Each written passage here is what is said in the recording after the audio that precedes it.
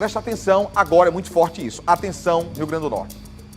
Onde a sua filha estuda e o que foi que aconteceu nessa segunda-feira, no final da tarde, quando ela chegou da escolinha?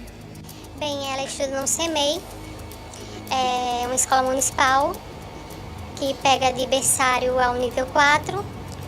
Quando eu fui buscá-la e recebi às 4h45, no retorno para casa eu identifiquei que ela estava trocada.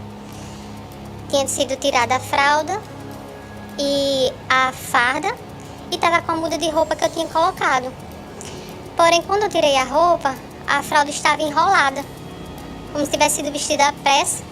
Eu só fiz suspender e fui cuidar na janta, que eu tenho 2 crianças autistas. Inclusive ela é uma criança autista de 3 anos. Sim, ela vai fazer 3 anos.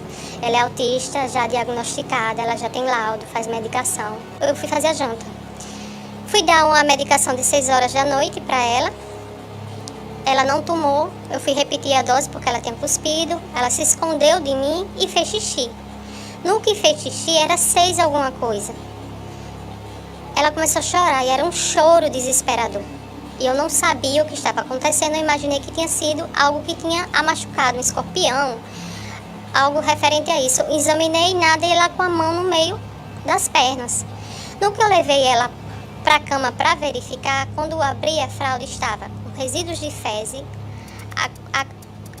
como se fosse com água, com um líquido, sangue e saindo bastante sangue da vagina.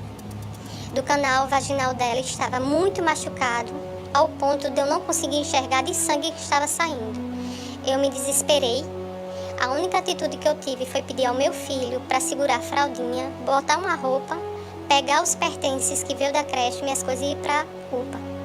Chegando na UPA, teve o primeiro atendimento, que já isolou a parte de ambulatório, veio o médico examinou. No que ele olhou, ele chama assistente social. Ali meu chão se abriu, porque eu já sabia que algo tinha acontecido, mais sério do que o que eu já estava imaginando. Mas do que foi feito o exame, foi detectado que tinha sofrido abuso, era característica de abuso e foi chamado um assistente social. Nisso o médico relatou algo que eu não vou conseguir esquecer, que foi a frase quando a enfermeira perguntou: "E aí, doutor?" Ele disse que está como fosse um parto. É difícil para mim estar relatando isso, eu como mãe, como mulher, tenho uma filha, o que vai ser da vida dela futura, que talvez precisasse uma sutura, e eu desestabilizada totalmente. Foi feita a avaliação médica, lá também, já cheguei com um relatório da UPA.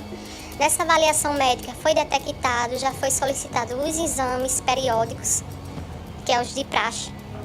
Estou ainda aguardando uns relatórios da assistente social e foi chamado Polícia Civil, que por sinal está em greve. Mas foram, o plantão fez o boletim de ocorrência, o ITEP foi até lá. Eu agradeço o acolhimento, não tive que me deslocar com ela, porque eu levei ela só enrolada numa toalha. Nem fralda eu tinha para colocar, porque eu saí desesperada.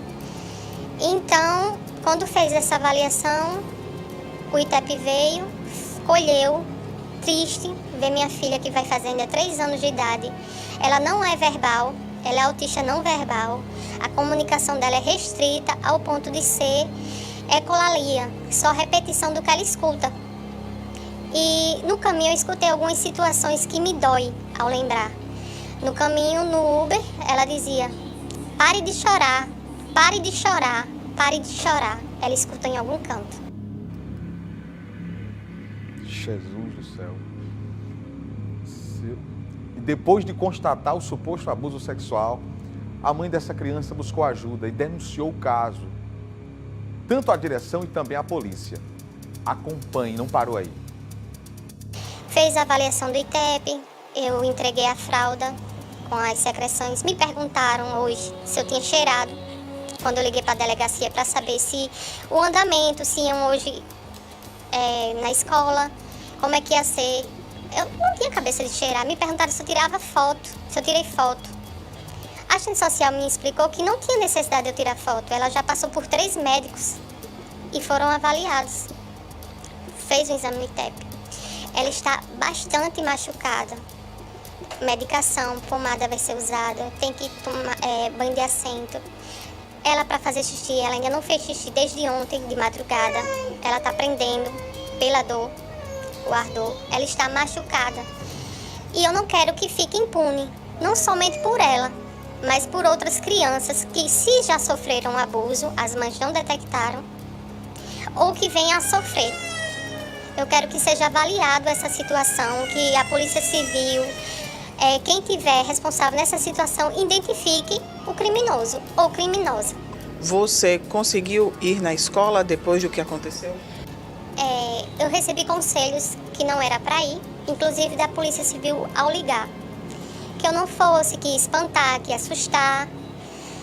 Mas eu, como mãe, como ser humano, como mulher, eu não imagino a situação de eu esperar 30 dias de um inquérito e um abusador estar solta, fazendo com outras crianças, porque na minha cabeça funciona assim. Se ele fez é porque ele achou que ia ficar impune. E se ele acha que vai ficar impune, ele vai cometer outros. Isso não vai se repetir, se depender de mim. Fui bem recebida, conversei com quem era de fato necessário ouvir a situação, me deram apoio e ficaram de procurar as autoridades e tentar solucionar da melhor forma com o mesmo pensamento que eu, de mãe, de mulher. Em nenhum momento o pessoal da escola percebeu alguma coisa diferente nela, porque se eles deram banho, se eles trocaram, como você mesma falou, né? Alguma coisa eles devem ter percebido, eles não falaram nada. Ela já estuda, é o 3º ano que ela estuda. O padrão da outra creche que ela estudava era o seguinte: qualquer ato, qualquer machucado, qualquer situação, qualquer febre é relatado para mim buscar antes. Ou receber a criança e dizer: mamãe, ela não comeu, ela se machucou, ela estava assim. Nada, eu recebi ela e disse: ela brincou a tarde toda como se nada tivesse acontecido, a coisa mais normal e natural. E ela está bastante machucada. Não foi algo que foi um banho e uma unha passou, ou se machucou numa limpeza bruta. Não, foi algo sério, ao ponto de ITEP ser chamado. E provavelmente isso já vem acontecendo com outras crianças. Minha filha não é verbal, ela não consegue se comunicar e dizer quem foi, ela só repete. Repetição de palavras do que ela vai vivenciando do dia a dia. E está sofrendo, chorando, com dores para fazer xixi. E eu não consigo entender. Eles nem desconfiam quem possa ter feito isso? Não desconfia. Elas ficaram impactadas, choraram, com a mesma situação que eu, de imaginar que poderia ser com as filhas delas. A escola tem câmera, a polícia solicitou, você sabe alguma coisa desse tipo? Na polícia foi básico, que foi o plantão. Eu ainda vou ser chamada na delegacia para fazer um depoimento mais concreto e coisas que vai surgindo na mente e relembrando. Eu fiquei com isso na mente, que eu não durmo desde ontem, eu não como. E eu fiquei pensando: será que tem câmera? Será que alguém viu? Será que alguém tirou ela da sala e ninguém prestou atenção? Porque a parte do abuso, de como ela está, o choro dela ninguém ouviu, o desespero dela, como é que fizeram, e as mãos dela, quem segurou a boca dela para tapar a boca dela ela não gritar, como é que foi feito isso? Muito forte esse depoimento. E revolta, indignação e sensação de impunidade. Esses são os sentimentos que ficam para essa mãe. Veja. Muito. A palavra que dói é impunidade. Porque todos os dias eu vejo em televisão pessoas ficarem impunes em situações dessa e saber que a pessoa pode ficar. E eu não aceito. Eu não consigo aceitar que quem fez isso com ela fique bem, não responda, não pague, não seja punido pelo que tenha feito. Eu não consigo aceitar.